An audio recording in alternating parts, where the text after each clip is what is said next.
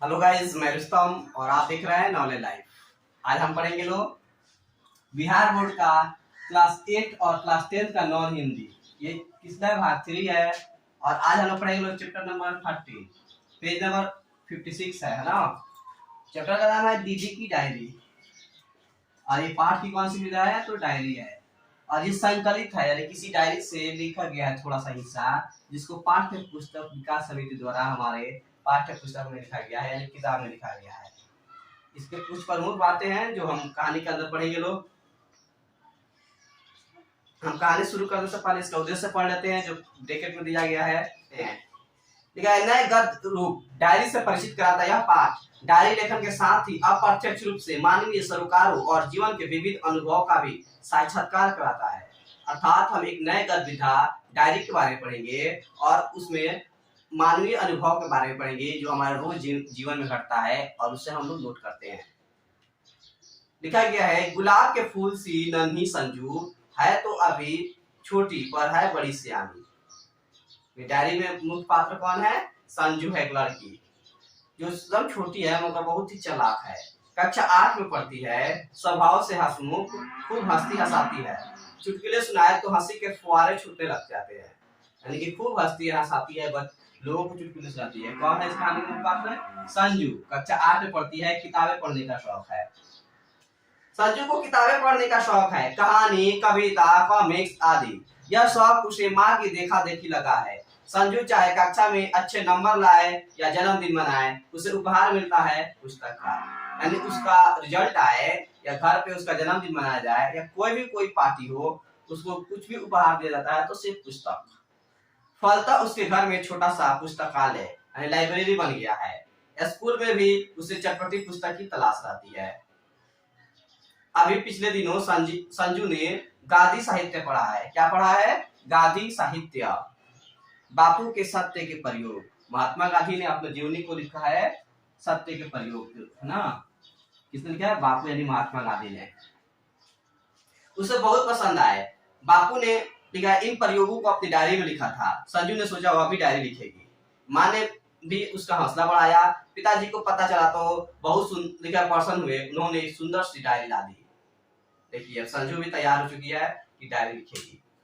Exam में पूछता है संजू को डायरी लिखने की प्रेरणा किससे मिली? तो हम आंसर देंगे बापू के सत्य के प्रयोग से। अब संजू मुश्किल में पड़ गई, वह कैसे शुरू करे? तभी उसे याद आया उसकी दीदी भी तो डायरी लिखती हैं। उसने दीदी को अपनी इच्छा बताई, दीदी से पूछी, जानना चाहती थी कि दीदी डायरी कैसे लिखती है। दीदी ने हौसला बढ़ाते हुए कहा, यह तो कोई कठिन बात नहीं, बस रात को मन लगाकर बैठ जाओ, दिन भर की सारी घटनाएं याद करो और वैसी की वैसी लिख दो। यानी कि दिन में जो भी घटनाएं करते हैं, क्रियाकलाप करते हैं, सामने बैठ करके लिख देना है। बस इसे प्रतिदिन लिखते रहना जरूरी है। संजू ने हट करते हुए कहा, दीदी आपकी डायरी दिखा दो ना, बस थोड़ा सा पढ़कर लौटा दूंगी। दीदू पहले तो हिचकिचाए, फिर बात मान ली। संजू ने दीदी की डायरी के जो पेज पढ़े वे नीचे दिए जा रहे हैं। संजू अपने दीदी की डायरी के जो पेज पढ़ेगी वही दिया जाएगा। ये डायरी 1 जनवरी 97 से लेकर के 7 जनवरी 1997 तक के कहानी को वर्णन करता है। यानी कि एक सप्ताह की डायरी पढ़ेंगे। 1 जनवरी 1997। कॉलेज में कक्षा के सामने ठक ठक होती रही। कारीगर पत्थर तराश रहे थे। एक छोटी सी छेनी से वे पत्थर में फूल पत्तियां उकेर रहे थे। अर्थात 1 जनवरी दिन संजू की दीदी स्कूल गई थी और कोई विशेष घटना नहीं हुई, सिर्फ जो कारीगर होते हैं वही पत्थर पे डिजाइन बना रहे थे, फूल बना रहे थे।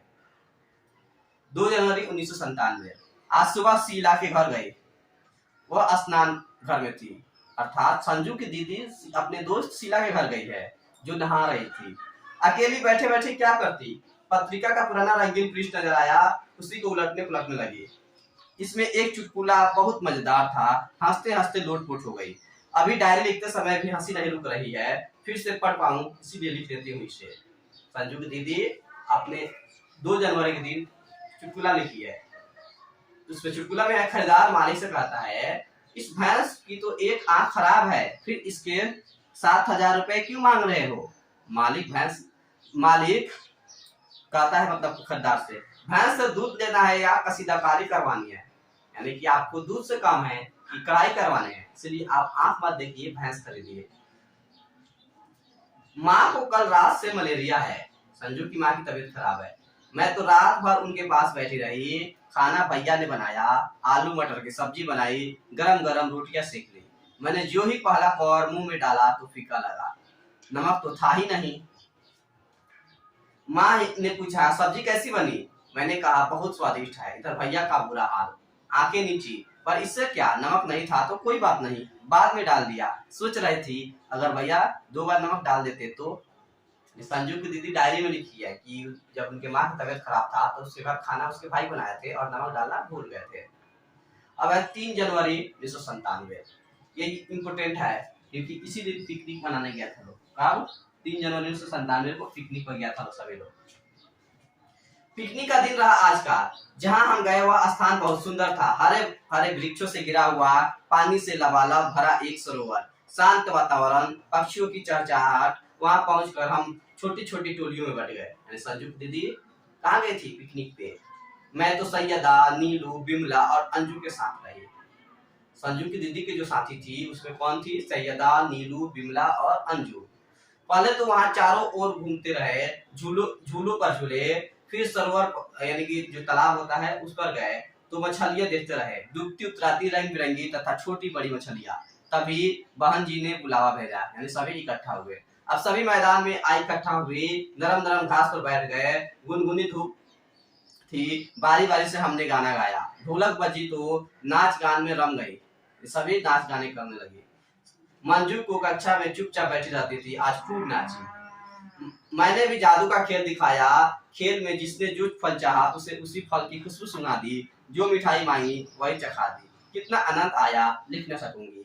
मेरे जादू के करिश्मे को देख अंजू तो मचल गई, बोली 1-2 जादू तो हमें भी सिखा दो दीदी, मैं भी विज्ञान के ऐसे दूसरे खेल सीखूंगी। मन करता है पिकनिक के दिन बार बार आए। संजू दीदी आपने कहानी में मतलब डायरी में वर्णन की है। अब है 4 जनवरी 1997। आज रविवार का दिन था। डायरी में किस दिन रविवार था? तो 4 जनवरी को।